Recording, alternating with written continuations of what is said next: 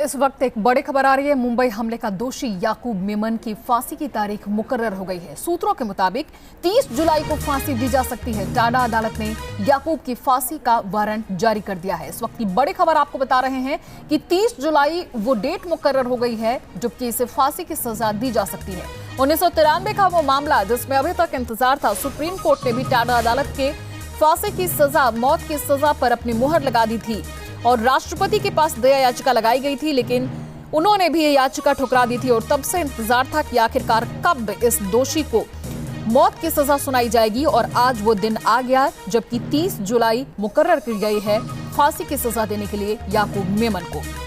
और मुंबई से सुभाष शिर्के हमारे संवाददाता ज्यादा जानकारी लिए हमारे साथ जुड़ चुके हैं। सुभाष, जानना चाहेंगे कि काफी लंबा इंतजार करना पड़ा, राष्ट्रपति ने भी दया याचिका ठुकरा दी थी, लेकिन आखिरकार उसे फांसी की सजा हो ही गई और इस सरकार के लिए एक बड़ी उपलब्धि। श्वेता, मैं आपको बताऊं कि याकूब मेमन, इसके बारे में टाडा कोर्ट जो है मुंबई का, उसने फांसी की जो वारंट है वो निकाला है और 30 जुलाई को सुबह 7 बजे समय तय किया गया है कि उसको फांसी की सजा होनी चाहिए। और उज्जवल निकम सरकारी वकील हमारे साथ जुड़ चुके हैं इस मामले पर, उनसे जानकारी लेते हैं। जी, आपसे जानना चाहेंगे इस मामले में क्या कहेंगे इस फैसले को लेकर?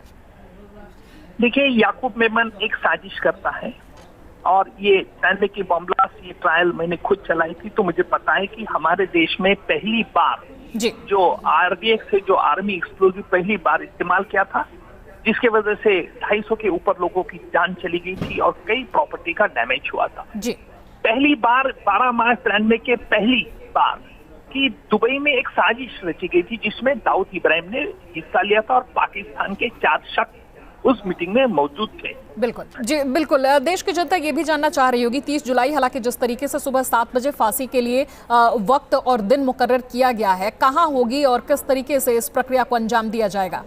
देखिए, हमारे कानून में ये प्रावधान है कि जो सेंट्रल प्रिजन में जहाँ फांसी का एग्जीक्यूशन होती है, महाराष्ट्र में 4 जगह है कि जहाँ फांसी का प्रावधान की प्रोविजन है कि इसके बारे में तो मुझे पता नहीं कि जेल अथॉरिटीज कहाँ वो उचित निर्णय वो ले सकते हैं। जी जी, जिस तरीके से 1993 का ये मामला है उज्जवल जी, और 1994 में इसकी गिरफ्तारी हो गई, आपने बताया काफी लंबा रहा, इसके परिवार भागा भी, और आपने आतंकी टाइगर मेमन के बारे में भी जानकारी दी। काफी लंबा चला ये मामला। पिछले साल की अगर हम बात करें, सुप्रीम कोर्ट ने, राष्ट्रपति ने भी सुप्रीम कोर्ट के फैसले के बाद दया याचिका उसकी खारिज कर दी थी। हमारे देश में इस तरह से कानून है, तमाम चीजें मुकर्रर दी जाती हैं, पकड़े भी जाते हैं आरोपी, लेकिन मुकदमा जो है काफी लंबा चलता है। किस तरह की परेशानियां आई इस केस में?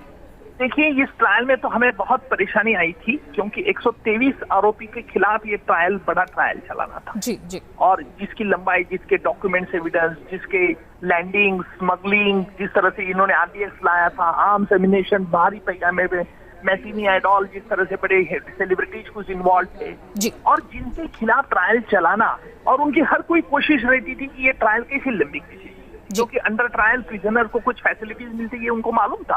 अंडर ट्रायल पे जितनी ट्रायल लंबी खींची जाएंगी, अगर उनको सजा भी होती है, उनको तो मालूम था सजा तो होना है क्योंकि उन्होंने काम ही वैसा किया था। बिल्कुल। तो सबूत भी हमारे पास पुख्ता सबूत थे, तो उनका इनकी कोशिश रहती थी और हमने उनकी हर कोशिश नाकाम करने की कोशिश की और इसी वजह से आज वो 14 साल उसके लगे थे और उसके बाद में सुप्रीम कोर्ट में पूरी सुनवाई होगी और फिर याकूब मेमन को फांसी बरकरार रखी। बिल्कुल, 257 लोग इसमें मारे गए थे उज्जवल जी, और 713 से ज्यादा लोग इसमें घायल हुए थे। काफी बड़ा मामला है।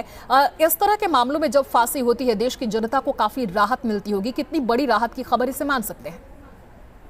देखिए, कानून अपना काम करता है। बिल्कुल, कानून का यही फर्ज रहता है कि एक पनिशमेंट ऐसी हो कि डिटरेंट हो, कि जिसे वजह से लोगों, उस गुनहगार को और बाकी समाज में इस तरह से घिनौना काम करने को एक डिटरेंट लेसन मिले, इसलिए सिग्नल देता है। दूसरा एक रहता है कि जो विक्टिम्स है उनको एक राहत मिलती है कि भाई हमारे इस शख्स की वजह से, इन लोगों की वजह से हमारे लोगों का नुकसान हुआ, हमारे लोगों की जान चली गई, तो उनको सजा। तो इस तरह से कानून का वो मकसद रहता है, तो इसीलिए कानून डिटरेंट सेंटेंस में विश्वास रखता है। बिल्कुल। जिस तरीके से आप बता रहे थे कि इस केस में काफी समस्याएं भी आई, 2007 में ही टाडा अदालत ने इसे दोषी करार दे दिया था, और हम बात कर रहे हैं कि राष्ट्रपति के पास उसकी दया याचिका गई और उन्होंने खारिज किया है 2013 में। इस बीच के वक्त की अगर हम बात करें तो वो किस तरह का रहा, उसमें क्या कुछ ऐसी समस्याएं आई, या हम बात कर सकते हैं दूसरे भी केसेस की कि क्या कुछ समस्याएं आती हैं कि इतना लंबा वक्त लगता है? देखिए, ये मैंने पहले भी कहा कि ये देश में पहली बार ऐसी अनोखी घटना थी कि जिसकी वजह से एक ही टाइम पे टाइम पेंसिल डिटोनेटर पहली बार इस्तेमाल किया गया। तो जो टेररिस्ट का काम था वो पहली बार दुनिया ने हमारे बंबई में 12 मार्च 93 के देखा कि टेररिस्ट में। फर्क इतना था कि हमारे लोगों को ही उकसाया गया था पाकिस्तान से, हमारे लोगों ने टेररिस्ट किया। अजमल कसाब की ट्रायल मैंने चलाई, उस वक्त पाकिस्तान से उन्होंने स्पॉन्सर किए थे, पाकिस्तान से भेजे गए थे। ये 12 मार्च 93 के भी पाकिस्तान का हाथ था, लेकिन हमारे पास इतना डायरेक्ट एविडेंस नहीं था कि जो पाकिस्तान के शख्स के खिलाफ हम सबूत पेश कर सकते थे। लेकिन जो माफी के गवाह उन्होंने बताया, जो हमने पासपोर्ट में देखे एंट्रीज, जिसमें पाकिस्तान का एम्बार्केशन डिसएम्बार्केशन एंट्री को छुपाया गया था। दुबई से 1 तारीख को बाहर गए थे हवे में, फिर वापस दुबई में कहाँ गए थे? इंटरनेशनल रूल्स रेगुलेशन के मुताबिक पासपोर्ट जो 15 लोग गए थे ना, उनके जो पासपोर्ट बाद में पुलिस ने बरामद किए थे, उसकी बात कर, तो काफी सबूत हमने कोर्ट में पेश किए थे। बहुत बहुत शुक्रिया हमसे जुड़ने के लिए और अपना कीमती वक्त देने के लिए। सरकारी वकील उज्जवल निकम हमारे साथ जुड़े हुए थे और हमें तमाम जानकारी दे रहे थे किस तरह की परेशानी आई।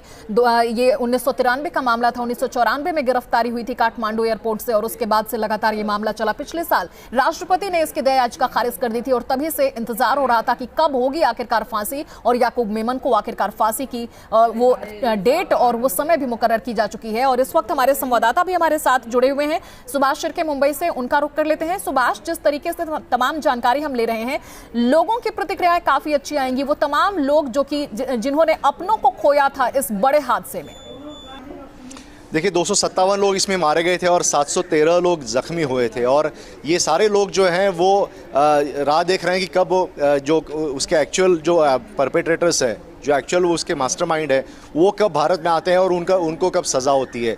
लेकिन अभी भी जो इसमें मास्टरमाइंड है दाऊद इब्राहिम और टाइगर मेनन और उनके जो साथी हैं, वो अभी भी इस देश में नहीं है और कानून ने सज़ा जो सुनाई है, लेकिन उनको यहाँ पे सामने नहीं लाया जा रहा है। तो कहीं ना कहीं अभी भी लोगों में इसको लेकर काफ़ी रोष है और गुस्सा है।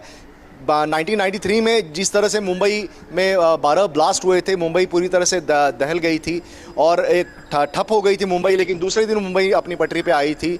ये सारा जो मामला है वो अभी भी लोगों के जहन में ताज़ा है। 23 साल हो गए इसको, लेकिन फिर भी लोग अभी भी याद करते हैं इस बम ब्लास्ट को। तो कहीं ना कहीं लोगों में अभी भी गुस्सा है इस बारे में। बिल्कुल गुस्सा तो है, लेकिन संतोष भी कहीं ना कहीं होगा, क्योंकि अब 30 जुलाई को फांसी की सजा दी जाएगी। आखिरकार वो आरोपी जो कि दोषी करार हुआ, एक लंबा इंतजार और अब उसे फांसी की सजा होगी। बहुत बहुत शुक्रिया सुभाष जानकारी देने के लिए। न्यूज नेशन पर खबरों का सफर लगातार जारी है। आगे देखिए स्पोर्ट्स स्पेशल स्टेडियम।